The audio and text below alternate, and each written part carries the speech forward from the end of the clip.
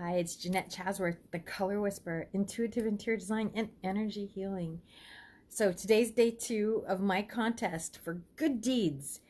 So if you didn't see my live yesterday, I'm just so sick of all this negative news. And I want to start changing it, at least on my feed, right? So I'm doing a contest. And the contest is I want to hear about everyday heroes. Who's been there? Who's gone above and beyond for you in the last few months? And what did they do to help?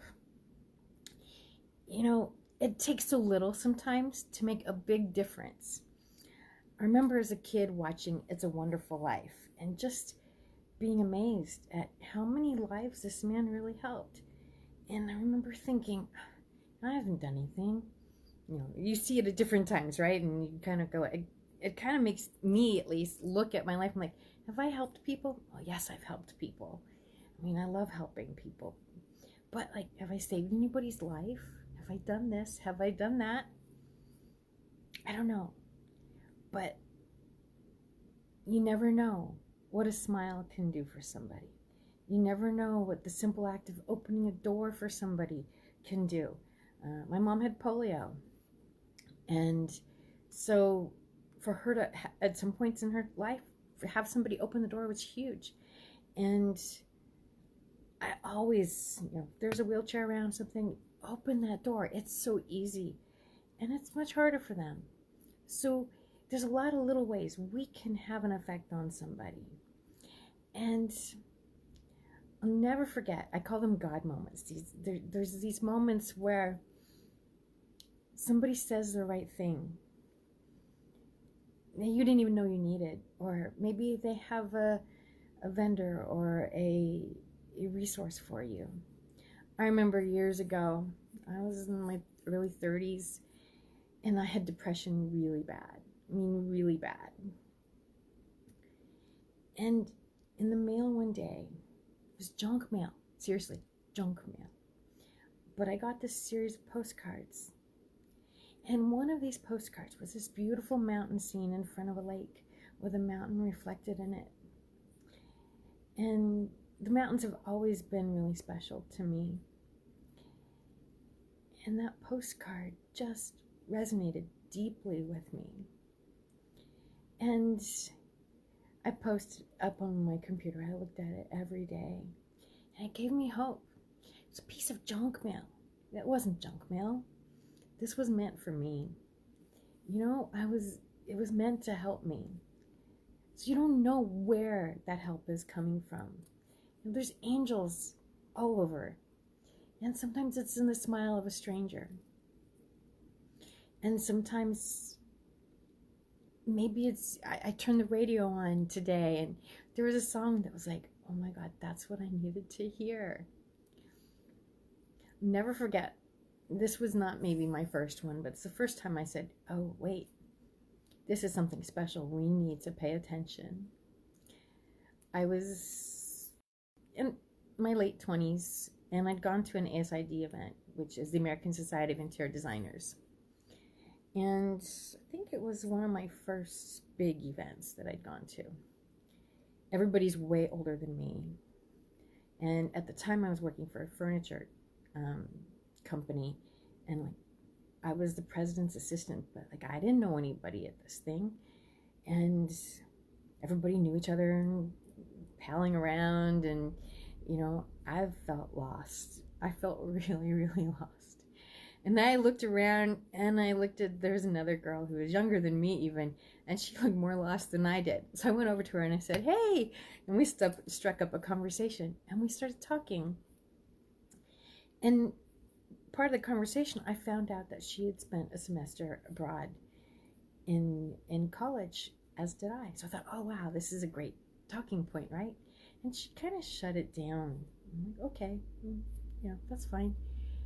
And then later she started to brought it up again, and she goes, I shut it down because, and I don't remember the correlation, but it had something to do with a boyfriend. And she was getting a lot of flack. She just graduated from college, or she was about to graduate. And everybody's like, oh, you got to marry this guy. You got to marry this guy. And me being a few years older than her, I just looked at her and said, you know, you remember how much you changed from the end of your senior year of high school to the end of your freshman year of college? She goes, yeah.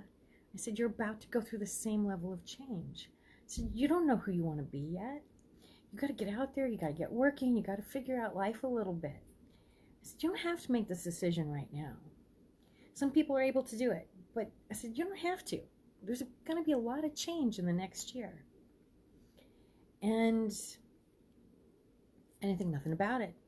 She was like, wow, that's, and I said, just because he was the perfect boyfriend in in college, doesn't mean he's going to be the perfect husband for the rest of your life. I said, you're still figuring out who you are. I just went on with doing, what we were doing. And honestly, I would have never remembered this conversation, except for one thing. She came back to me before she left, and she said goodbye. And she said, you know what, Jeanette? I can't tell you how much you helped me. She said, that's what I needed to hear. And that gave me the comfort to be able to make whatever decision I got to make. But I took the pressure off her. And I'm so grateful that she came back and told me how much that meant to her, because that changed my life. So I got to change her life a little, but she changed mine too, because that's when I started thinking about these God moments. You don't know when one's going to be there to help you. You don't know who it is going to be. It might be a stranger. So about a year ago, I was introduced to a healer, and he had these radio shows, and his name's Andre. That's Ondre.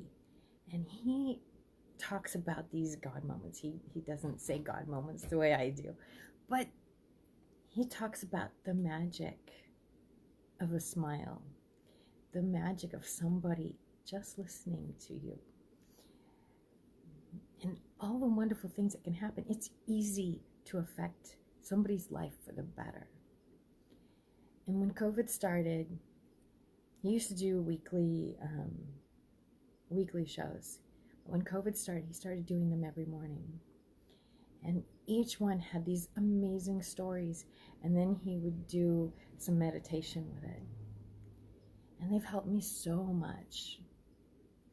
I can't even begin to find the words to tell you how much they've helped me. If you're struggling with all this craziness, seriously, it's ondre.com. Andre, he's still doing them. They are freaking amazing, and they are life-changing. And he's volunteering to do this, and he's helping so many people. Today, he was talking about the collective consciousness, because it's out there, right? You know when you walk into a room and it just feels good. Or if you walk in past somebody, maybe there was an argument and you can kind of feel that in the air. The collective consciousness is out there. And he says, you have to choose, what are you putting into it? So are you putting fear into it? Are you putting hate into it? Or are you putting love? That's what we need now more than ever. We've all been without hugs for months. We've been distancing each other. We need more love. And so many of us have been sitting back watching all this stuff going on in the world, going, what can I do? What can I do? We need to love more. We don't know how much what we do affects other people. We need to spend this time being the best us we can, to let our light shine as bright as it possibly can. Because you don't know how much that light can affect how many other people. What's her name? Oh gosh. There's a study that talks about the vibrations and how many people they can affect. And it goes from depression all the way up to joy. And there's numbers attached to all of them. I'll figure out give you guys some details more. Message me if you want, and I'll find it. I just can't remember the name of it right now. But once you get above 800, the vibration above 800, you can affect so many more people. And that's what we need right now. So I want to spread some joy. I want to hear your everyday hero stories. And to do that, I'm giving away a 2-hour design session or an integrative healing session, whichever one you want, whichever one you need. But I want you to email me at design, DESIGN, at thecolorwhisperer.com. That's TheColorWhisperer. So I want to hear your stories. Let's spread some joy. Let's spread some love. Okay? And then when we get down to the end, I'll let you guys vote. Okay? Does that sound fun? I'll narrow it down to, I don't know, 2, 4. We'll see how many I get.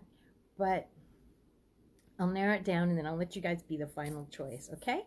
So that's what I want to do. I want to hear your stories. Email them to me, and maybe I'll even put some of these on the air. And let's see what's going to happen, okay? Thank you.